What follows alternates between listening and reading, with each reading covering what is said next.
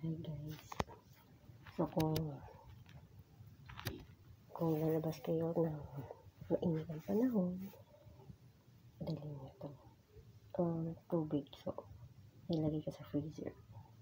Para pwedeng idumpik sa liit. Lalo sa batok. Ito yan. Tapos pag natunaw, may inumin pa kayo. If wala kayong ice pack or cold packs like this. Tapos yun, naglagay ako ng panyo. Tapos binasa ko ito. Tsaka yung panyo. Nilagay ko sa freezer.